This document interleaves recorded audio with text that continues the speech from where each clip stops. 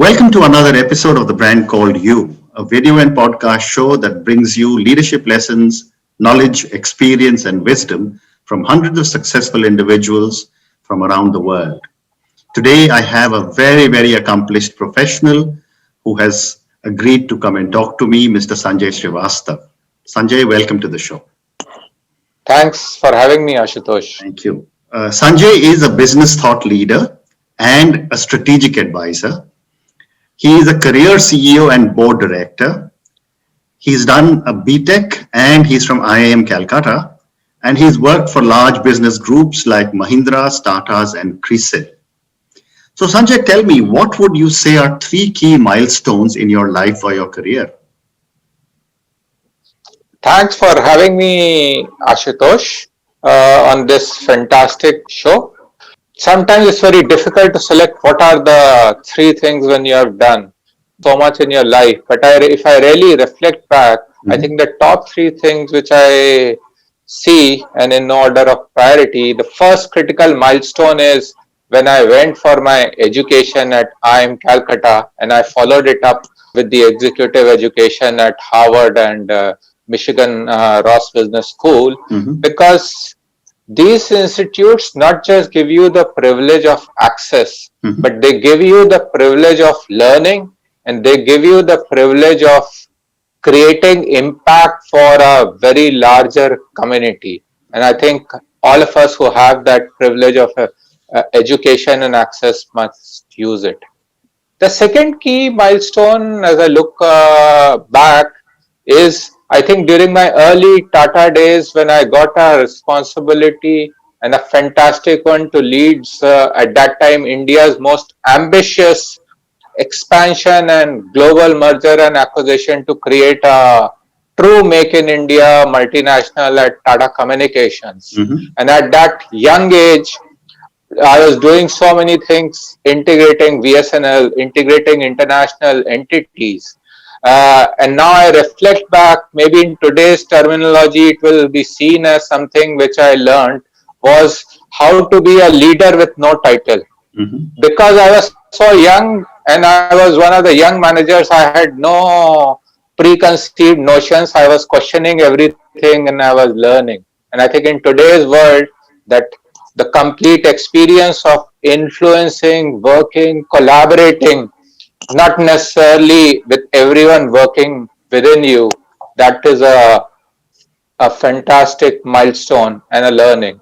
And the third important milestone, it recently happened just in September. I was recognized as the most admired leader for business transformation and Make in India. Wow. Okay. And when I got this recognition, while I was extremely honored and filled with gratitude, it also was a beautiful summary in a way I myself could not have summarized as well as what I have done. So it summarizes what I have done, but in a way this milestone also propels me and energizes and invigorates me on what I should be using this to take it next. So those are the three milestones I will look for. Thank you. So Sanjay, you have been doing a lot of work on India as a destination of choice. Tell me about the work you are doing in this area for the private sector and the government. Sure, Ashutosh. So Make in India or creating India as the right destination for the world, I've been involved in different facets. I did it post the dot-com boom and the financial crisis for the IT and telecom services by creating the global internet infrastructure, and that is the reason why India became a great destination and so many global MNCs decided to choose their R&D, their BPO and their tech services here. And then about 7 years back when I moved to Mahindra's, we started looking at where the global economy is and where the Indian economy is. And if you really look at it, if India has to really double its economy to go to a $5 trillion economy, any of the biggest developing economies have only done well if their manufacturing has contributed in a great manner. Correct. And that's where I got involved in helping create Make in India as the right destination for manufacturing companies to come Mhm. in and make in India to serve the huge India demand and as well as use India as a destination for global exports. Okay. So I've been involved right from the first version of Make in India in 2013-14 when India was the destination country at Hannover Messe. I led the state delegation and I chaired the panel, and it was energizing, but it was very humbling Mhm. because we went and you could see a huge exposure about Make in India. And then you went there and you realized in the larger global scheme of things, you were one good, energetic, but young upstart. Mhm. So lots of things to do. Okay. And then if you see over a period of time, leading players, whether it was us like Mahindra's, government policymakers like Niti Aayog, like Invest India, the Ministry of Commerce and Industries. I've been involved in closely working with various committees Mhm. and creating recommendations of what is really required by companies to choose Make in India as the destination. And as a result, we have seen some very good progress. So we have seen good progress at a policy level by having things like India is among the lowest and most competitive tax rate across India and ASEAN. Mhm. We have moved fastest in the enabling the ease of doing business. In the Mhm. last 4 years, India has jumped fastest 63 ranks amongst any countries, and it is credible for a size of But my India. question to you is, that yes, there are lots of positives happening. My question to you is that, based on your leading the delegation to Hanover and all the other things that you're doing for Make in India, what are the challenges? What are the challenges that investors face?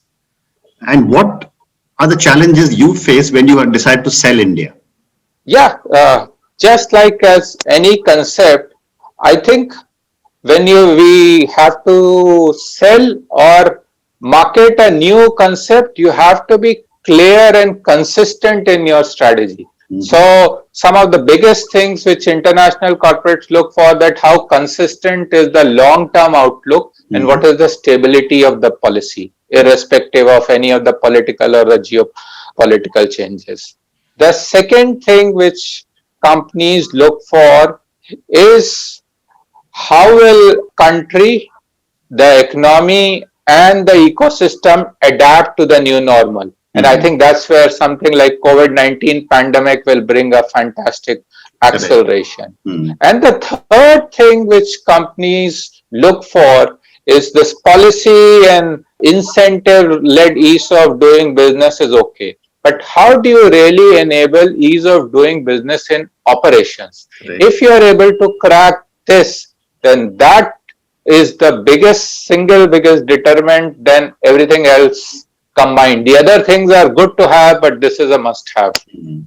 So, a follow-up question, Sanjay, for you is that, because of this pandemic and because of China's very, very hard stand with 14, 15 countries around it, one keeps reading in the papers that a lot of companies want to leave China and move out.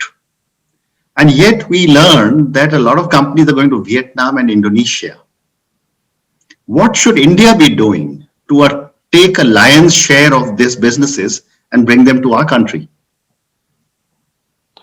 Sure, I wish there were some easy answers, but still let me try to take a crack at it. Okay. I think this COVID-19 pandemic is a unprecedented challenge because it was not just a disruption of supply chain, but it was a Mhm. disruption of goods supply, life, consumer access. Mhm. So and if you go back in the last 25 years, whether it was a dot-com bust or a financial crisis or any of those, Mhm. I firmly believe that every challenge is an opportunity. So this COVID-19 pandemic has given three major opportunities for India, which Mhm. India is working on it. First, as you talked of, China plus one.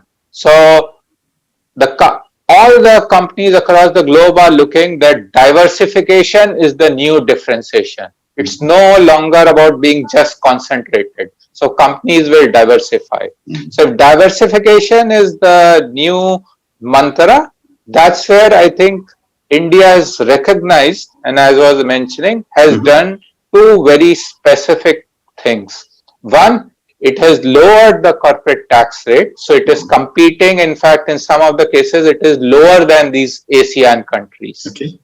The second thing which it has done is now it has taken a segmented approach to you cannot be everything to everyone. So it has identified the industries where we already have a global scale, like we are world's number one in two-wheelers, tractors, and auto components. So use this as one nucleus. We have grown in the last 7 years as world's number two mobile manufacturer. So use this as a nucleus and offer policies for ESDM. And then the third are some of the specific consumer and other driven goods. So these, when these production linked incentives combined with the lower tax rate and a clear unambiguous message that India is open for the business. When that is combined to the step back and India is seen as a more amenable and a equal opportunities partner, that it will be someone which will build a win-win relationship. That is what is tilting. So the first wave has started, but there is definitely room for acceleration. But we will see it happening. Very interesting. So, you've also been associated with the reforms of the special economic zones. Tell me, what are the significant changes that have been made and what are the differences you're beginning to see? Sure. So I think over a period of time, and as SEZ reforms, SEZ benefits were going to be meet the sunset norms. The new set of reforms were announced, and to put it very simply, in the new world, instead of looking at incentives, you have to look at enabling. So in a nutshell, what the reforms which have come in is, if you are enabling the businesses, just do two things. One is you link any incentives or anything to market access, so that there is a market access. And that's why you're seeing a series of new sectors being liberalized for FDI as well as automatic.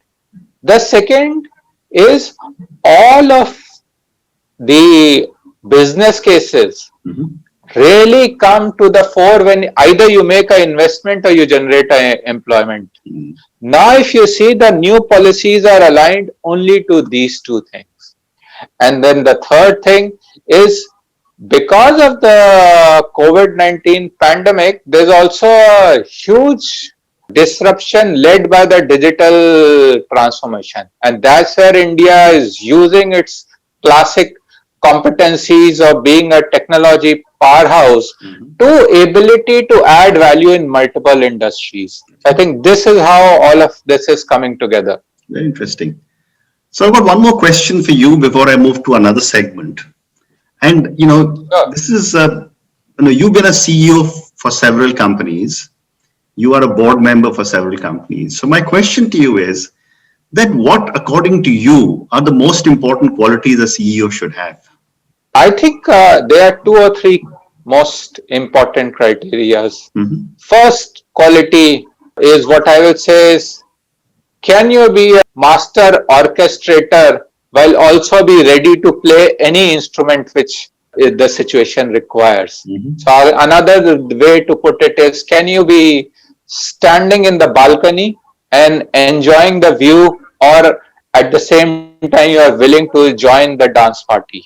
So you need to have the ability to zoom in at the lowest and the most important component, but zoom out to see how the big picture is there.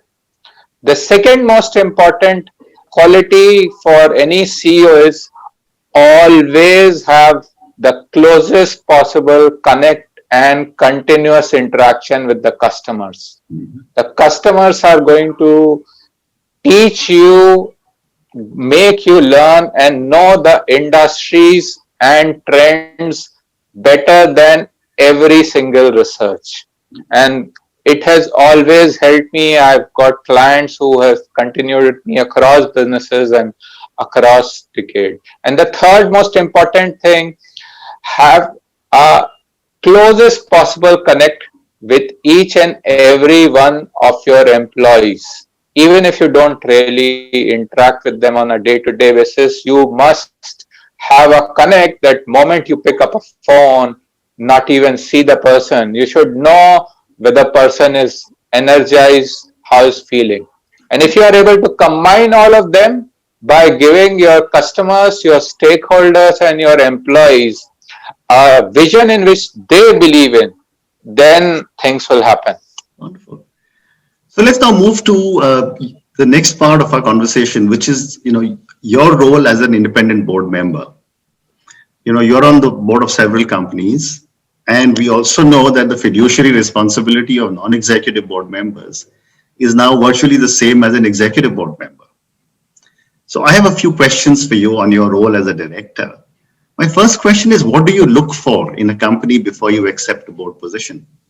I'll go back to the famous saying uneasy lies the head that wears the crown. Correct. So as you said earlier, it was for just valid for executive, but now it's also valid for non-executive. Correct. So irrespective whether you are an advisory board member or a formal board member, I think in today's world, integrity is the number one criteria. So that is the first toll gate. If you think you need to think, then you don't need to think. Okay. It's as simple as that. So first is integrity is a clear toll gate. The second thing is to have a connect with the larger vision of the enterprise. That if the vision is really good, then you should do a strict evaluation. Will you be able to add value? Because that is what is the difference between the executive and a non-executive. And the third thing is, if you are going to be an independent or a executive board director, you must know and be clear on the rules of the game, of the boundaries between the executive and non-executive. Because if you are a non-executive, you can give the advice, you can give the direction, but it is your executive team which has to go out there and make it happen. So those are the three key things I will look for. Terrific. So my next question, Sanjay, is linked to everything that you're doing to be able to sell India. And when I speak to people outside India, they say that one of the big concerns they have in Indian boards, barring the really big, listed companies, is they fear a lack of transparency at the board level. What are your thoughts on this? While I agree with some of those thoughts, but at the same time, my counter will be, who's going to change it? So if we will wait for regulation, regulation is equal to compliance. But if we want to make the change, nothing stops us from proposing and doing something. And if we together identify a set of companies who are very good, and we think we can add value, and we can even guide them. Many of the times, the lack of transparency may not necessarily be intentional. So someone needs to take the bull by the horn and say, I need to increase the transparency. I will be involved with companies only if there is a certain measure, and that if I raise the bar of what is the minimum acceptable, which is higher than the compliance, the overall ecosystem gains. Okay. So now let me move to a few questions for you personally. Sanjay, great career, achieved lots of things, done a lot for the country. continuing to sit on boards as a strategic advisor. What does success mean to Sanjay? Yeah, that's a great question, Ashutosh. So I think personally for me, success means when I have done or my team or business has done something which has created significant value to everyone involved in the ecosystem. So it means clients, it means delight, compensation for the employees, it means value, revenue, and profit for the company, and maybe to the larger ecosystem. Can you created a have you left the world in a better place through your sustainable development or any of your initiatives? Okay. So if you are able to deliver this extra value through your efforts, then your venture is truly successful. Okay. And a follow-up question to that would be that over the years and looking ahead, where do you keep drawing your inspiration from? Two key things which I look for. First is travel. Travel really is something which really invigorates me, and whether it's to go for a business, to have a client or a stakeholder meeting, or even for personal thing. Because the moment you step out from your home and your office and you're in a new environment, your whole mental may build to be open to external sensory stimulus, what people are doing, what you're talking, looking at different cultures. It just opens it up beautifully. And it's also a great reset for your mind and body. And the second thing, I believe in a very simple maxim. Your aspirations and your ambitions should be your alarm clock. So the real answers lie within. If you believe that something is truly inspiration, you will get up and you will not bother to see whether it's a Saturday morning or a Monday morning. Okay, well said. So Sanjay, I have time now for only one more question. My next question is, and this is for the thousands of people who will listen to you and me talking, they will see our videos. What is your advice to a young individual starting off on their corporate journey? Sure. So how I would put it is that irrespective whether you're a management graduate, you're an entrepreneur, you're a successful professional, all of us are really human.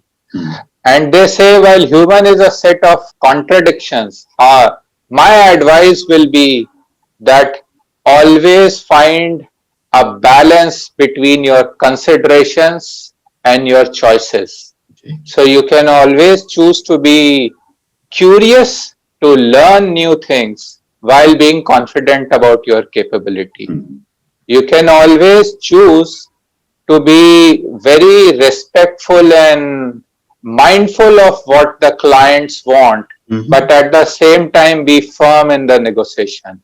And you can be very focused on learning and relearning, especially as the world is changing, but also be as conscious of willing to learn. And if at all times you are able to do these balancing acts while doing what you do with a passion, the world is out yours to conquer. Wonderful. Sanjay, thank you very much. It's been such a pleasure speaking to you. I wish you lots of success with every board and every company that you're working with. Thank you so much, Ashutosh, for having me at your wonderful videocast and podcast. And my best wishes to you and the other guests who are coming in. And best of luck to everyone who's viewing or seeing this. I hope all of you enjoyed as much as I enjoyed joining in. Thanks and have a great day. Thank you.